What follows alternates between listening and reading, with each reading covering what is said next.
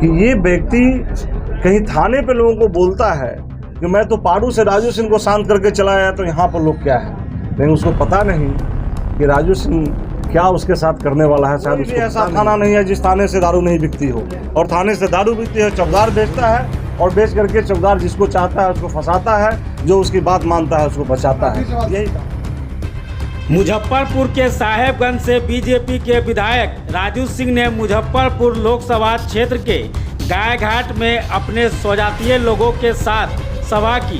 सभा में पार्टी के खिलाफ खुला मोर्चा खोल दिया। विधायक ने लोगों से वोट बहिष्कार करने को कहा। इस दौरान राजू सिंह ने अपनी पार्टी और गठबंधन की सरकार को ही जमकर कोसा। विधायक राजू सिंह ने लोगों के बीच कहा, मुझे बिहार की डबल इंजन की सरकार पर रत्ती भर भी भरोसा नहीं। लोगों का विश्वास डबल इंजन की सरकार से खत्म हो गया। लोगों को ये भ्रम होगा पहले पार्टी तब मैं हूँ, लेकिन मैं समझता हूँ पहले मेरे लोग हैं तब पार्टी है। अभी लोकसभा चुनाव है तो वोट मांगने नेता आएंगे। आप वोट का बहिष्कार करिए। आप लोग एकजुट होकर वोट का बहिष्कार करने का ऐलान करिए। विधायक राजू सिंह ने कहा कि हम लोगों को डबल इंजन की सरकार से न्याय नहीं मिल रहा, इसलिए हम लोगों को इस सरकार पर विश्वास नहीं है। पार्टी मेरे साथ क्या करेगी इसकी चिंता मैं नहीं करता। मैं विधायक रहूं या न रहूं, मुझे इसकी परवाह नहीं। मैं समाज के साथ खड़ा रहूंगा। बता दें कि गायघाट थाना क्षेत्र के मैठी गांव में बीते दिनों एक मामले को लेकर छापेमारी करने गई पुलिस पर आरोप लगा है कि पुलिस ने देर रात बिना महिला पुलिस के घरों में घुसकर महिलाओं की पिटाई कर दी। देखिए, इसके बारे में तो आप लोगों के थ्रू ही बहुत पहले से, एक सप्ताह पहले से सारी पता चल रही थी, लेकिन आज आ करके देख करके और खुद बच्ची से मिल करके लगा कि पुलिस की बर्बरतापूर्ण जो रवैया रहा है ये अंग्रेजी हुकूमत को याद दिलाती है। आज तो भी आचार संहिता चल रहा है और ख़ास करके हम लोग एक संवैधानिक पद पे हैं, इसलिए बहुत कुछ बोल करके पब्लिक को भड़काना उकसाना नहीं चाहते, लेकिन इतना ज़रूर आश्वस्त करना चाहेंगे परिजन को कि बहुत ही जल्द ऐसे भ्रष्ट पदाधिकारी के ऊपर ऐसी कार्रवाई होगी जो देख करके दूसरे पदाधिकारी फिर कभी हिम्मत न जुटा पाएंगे कि इस तरह का कार्य करना है। और मैं बहुत ही जल्द, आज मैं आया हूँ यहाँ पर, इस परिवार से मिला हूँ। अभी एसपी का आश्वासन मिला है कि जो जिन लोगों के ऊपर चौकीदार के कहने पर केस वगैरह हुआ था वो सब लोग घर पे आवें, जब तक उनसे सरिये जांच नहीं होगी किसी की गिरफ्तारी नहीं होगी। और एसपी साहब ने आश्वस्त ये भी किया है कि पुरुषोत्तम यादव के ऊपर कार्रवाई भी होगी। मैं देखता हूं अगर 24 घंटे 1-2 दिन के अंदर कार्रवाई नहीं होती है तो फिर संवैधानिक दायरे में रह करके और जो एक जन आंदोलन होता है उसकी शुरुआत की जाएगी और पुरुषोत्तम यादव को जेल के अंदर भेजा जाएगा। एक इस तरह की महिला पर, इस तरह की औरत पे, जो एक लड़की पे, 16 साल 17 साल की लड़की पे जो इसने जो जुल्म ढाया है, इसका प्रतिकार हम सब मिल करके गायघाट की जनता के साथ मिल करके हम लोग करेंगे। ग्रामीणों का कहना है कि चौकीदार नशे की हालत में रहता था और ग्रामीणों के विरोध के कारण चौकीदार जो है वो थाना। निश्चित मैं भी जाना हूँ। आज मुझे इस बात को जान करके आश्चर्य लगा है, हर जगह पे ये पुलिसकर्मी जो है, SHO जो है, चौकीदार को ही मुंशी बनाते हैं, चौकीदार से गाड़ी चलवाते हैं, चौकीदार के परिजन से, उसके भाई से गाड़ी चलवाते हैं। और खास करके पुरुषोत्तम यादव मेरे भी थाने में साहेबगंज और पारू रह चुका है। मैं इस थानेदार को जान रहा हूँ किस तरह से थानेदार है। आप लोगों को बताना चाहता हूँ कि निश्चित रूप से कोर्ट, हाई कोर्ट संज्ञान ले चुका है और 15-20 दिनों के अंदर ये तो जेल के सलाखों के अंदर रहेगा ही। लेकिन आप तमाम लोगों के माध्यम से मैं खास करके अपने बड़े सीनियर पुलिस पदाधिकारी को कहना चाहता हूँ कि सरकार की चिट्ठी है, होम का लेटर है कि किसी भी चौकीदार से मुंशी का काम न करवाया जाए। और यहाँ पे चौकीदार से मुंशी का काम करवा करके, और चौकीदार जब दारू के नशे में पकड़ा जाता है तो ये सरकारी पदाधिकारी सब के सब कसम खाए थे। तो सरकारी पदाधिकारी पर ऐसा नहीं होना चाहिए कि वो गए और फिर 24 घंटा में छूट के चले आए। उसके ऊपर क्या कार्रवाई हो रही है, मैं भी यहाँ आपसे हटूंगा। फिर हमारी एसपी से भी बात होगी, IG से बात होगी, होम सेक्रेटरी से भी बात करूंगा। और ये विश्वास दिला के जाता हूँ कि इस गायघाट की धरती पे मैं नेतागिरी करने नहीं आया हूँ, यहाँ पे समाज में सामाजिकता के नाते आया हूँ और जमात के साथ रह करके ऐसे भ्रष्ट पुलिस पदाधिकारी को तोड़ करके रखूंगा, ऐसे भ्रष्ट पदाधिकारी को सजा दिला करके रखूंगा। इस मामले को लेकर के DSP साहब से आपकी बात हुई है? नहीं, मेरी बात समूह से हुई है, लेकिन सब के सब कहीं ना कहीं पुलिस वाले अपने पुलिस वाले को बचाना चाहते हैं। मैं उन लोगों से बातचीत हो रही है, उन लोगों को समझाने की कोशिश कर रहा हूँ।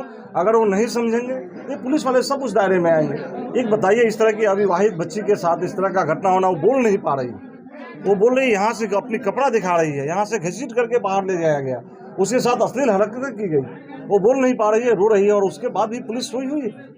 ये समझ में नहीं आता यहाँ की पुलिस को। और मिटाने के लिए मोबाइल भी फोड़ा गया। बिल्कुल, साक्ष्य मिटाने के लिए मोबाइल फोड़ा गया, लेकिन उसके कपड़े वगैरह साक्ष्य मिटाने के लिए पर्याप्त, साक्ष्य बताने के लिए पर्याप्त है। मैं अभी लोगों से, उनके परिजन से भी आग्रह किया हूँ, यहाँ के लोगों से आग्रह कर रहा हूँ कि आप लोग इसको लेकर कोर्ट में जाकर के बयान करवाएं, और बयान करवाने के बाद में आचार संहिता के कारण हम लोग अपनी सीमाएं में रहते हुए और इस भ्रष्ट पुलिस पदाधिकारी के ऊपर जो भी कार्रवाई करनी होगी करेंगे। लेकिन लोग सामूहिक रूप से वोट बहिष्कार की बात करें, उनकी इस बात पर कहाँ तक उनके साथ है? ये तो उनका संवैधानिक अधिकार है। अगर यहाँ के जन नेता अगर आंदोलन के लिए तैयार नहीं है, जन नेता को क्या करना चाहिए?